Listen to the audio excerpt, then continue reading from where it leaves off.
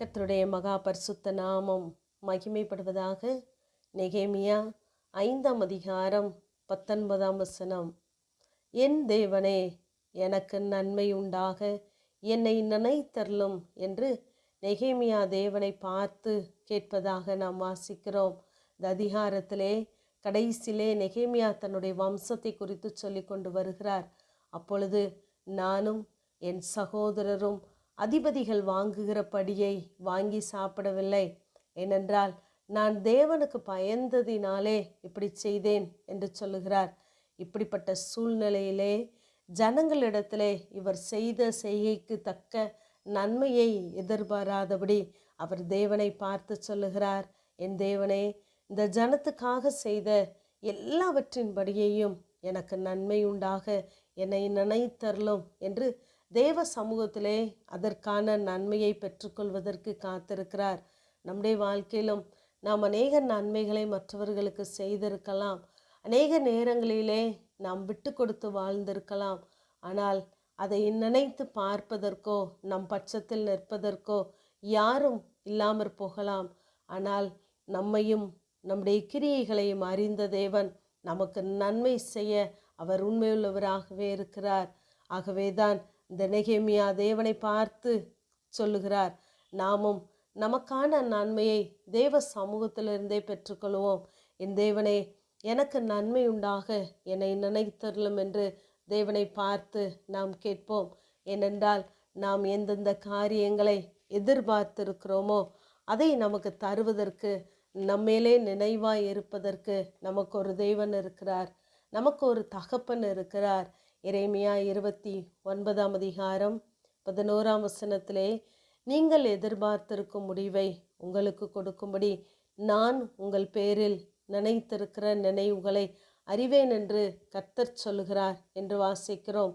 அவை சமாதானத்திற்கு ஏதுவானவைகளே என்று நாம் வாசிக்கிறோம்.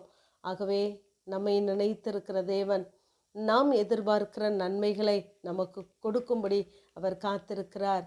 ஏசாயா 14ஆம் அதிகாரம் 24ஆம் வசனத்திலே, நான் நினைத்திருக்கிறபடியே நடக்கும், நான் நிர்ணயித்தபடியே நிலை நிற்கும் என்று சேனைகளின் கர்த்தர் ஆணையிட்டு சொன்னார் என்று வாசிக்கிறோம். நமக்கான நன்மைகளை தருவதற்கு நம்மேல் நினைவாய் இருக்கிற கர்த்தர் எப்பொழுது நமக்கு அதை தர வேண்டும் என்று அவர் நிர்ணயித்திருக்கிறாரோ அது நிச்சயமாகவே நம்முடைய வாழ்க்கையிலே வந்து சேரும். இதை ஆணையிட்டு சொல்லுவதாக தேவன் சொல்லுகிறார். ஆகவே ஒரு நாளும் நம்மை மறவாத தேவன் நம்மையும் நாம் செய்கிற கிரியைகளையும் அவர் அறிந்திருக்கிறவராகவே இருக்கிறார். வேதாகமத்திலே தேவன் அநேகரை நினைத்தருளினதை நாம் பார்க்கிறோம். ஆனால் என்னை நினைத்தருளும் என்ற கேட்டுக்கொண்ட அநேகரும் உண்டு. சிம்சோன் சொல்லுகிறான், என்னை நினைத்தருளும் என்று. எசேக்கியா, நெகேமியா, யோபு, தாவீது, எரேமியா, ஆபகு, சிலுவையிலே இயேசுவோடு கூட அறையப்பட்ட கல்லன் கூட என்னை நினைத்தருளும் என்று சொல்லுகிறான். ஆனால் தேவன் ஒரு சிலரை நினைத்தருளினதை நாம் பார்க்கலாம். நோவாவை நினைத்தருளினார், ராகேலை நினைத்தருளினார், இஸ்ரவேல் புத்திரரை, அன்னாளை நினைத்தருளினார் என்று சொல்லி பார்க்கிறோம். இங்கு மோசேயை நினைத்தருளும் போது அவனோடு கூட பேழையில் இருந்த சகல காட்டு ஜீவன்களையும் நாட்டு ஜீவன்களையும் அவர் நினைத்தருளினாராம். எப்பொழுதென்றால் அங்கு ஜலப்பிரவாகம் மிகுதியாய் இருக்கிறது. அந்த ஜலப்பிரவாகத்தின் மத்தியிலே இவர்களை நினைத்தருளி அந்த ஜலத்தை அமர பண்ணினார்.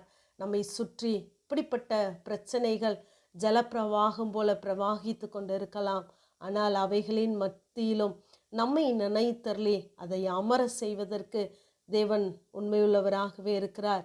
10ஆம் மாதத்திலே அந்த மலை சிகரங்கள் காணப்பட்டது என்று வாசிக்கிறோம். நமக்காக ஒரு நேரத்தை குறித்து வைத்திருக்கிறார்.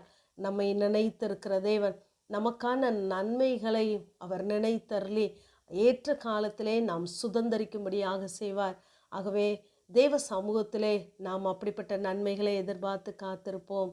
ஆமேன். ஜெபம். பிதாவாகிய தேவனே, குமாரனாகிய இயேசு கிறிஸ்துவின் நாமத்தின் மூலமாய் உம்முடைய சன்னிதானத்திலே வருகிறேன். கர்த்தர் நம்மை நினைத்திருக்கிறார், அவர் ஆசீர்வதிப்பார் என்ற வேத வார்த்தையின்படி நீர் எங்களை நினைத்திருக்கிறேன். அந்த நினைவுகள் எங்களுக்கு ஆசீர்வாதமாய் இருப்பதற்காய் ஸ்தோத்திரம். இயேசுவின் மூலம் ஜெபங்கேலும் எங்கள் நல்ல பிதாவே. ஆமேன்.